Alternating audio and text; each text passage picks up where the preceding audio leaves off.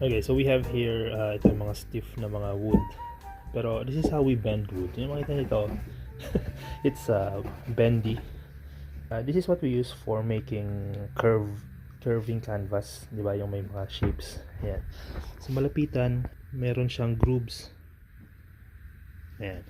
Tapos dito sa gilid, ayan, meron siyang cut in on the other side. Alternate cut. So usually ayan, nagbe-bend siya dun sa may cut area. Ayan.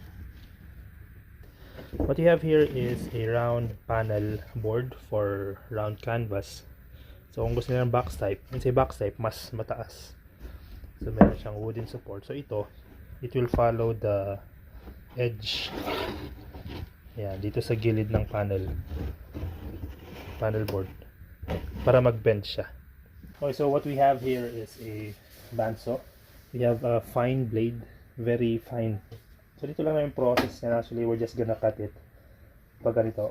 There's a laser guide, ayan, para straight, para alam natin kung saan natin kinakat.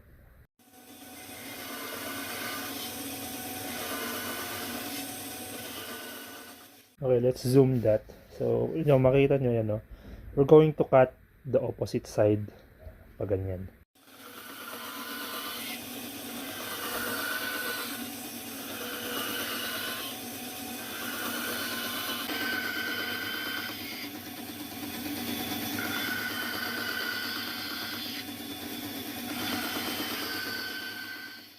Okay, so that's how we do it. Itong part na to, yan, bendy na siya. So for this, nilalagay natin ng glue dito. And make sure we spread it evenly para sigurado yung kapit niya sa wood.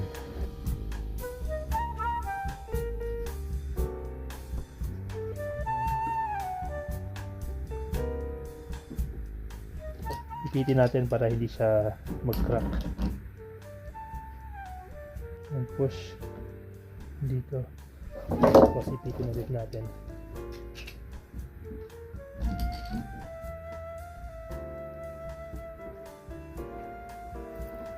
This is how it looks like kapag na-clamp na natin.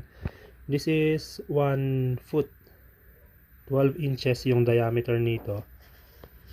Ayan, so it's a box type kasi ayan, para siyang box pero this is a circle.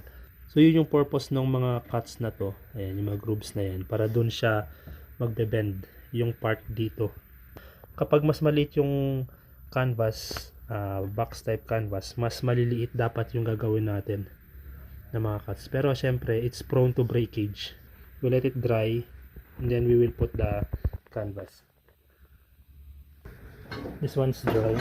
So, tanggalin na natin yung mga clumps. Yung tsura niya, rough yung edge kasi nito. Ayan. So, we will use the belt sander to find the edge.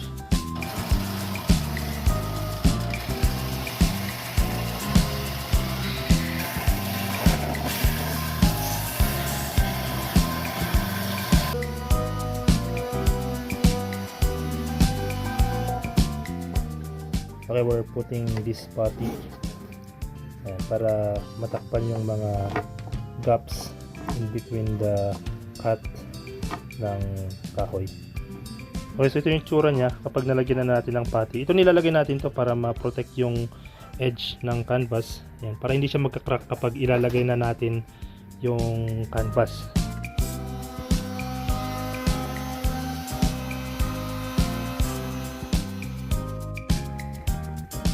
So okay na siya. So kulayan na lang natin yung inner part nito kasi minsan gusto ko nilagyan ng accent yung likod. Okay, dry na siya. So we're going to guntaper it here dito sa taas.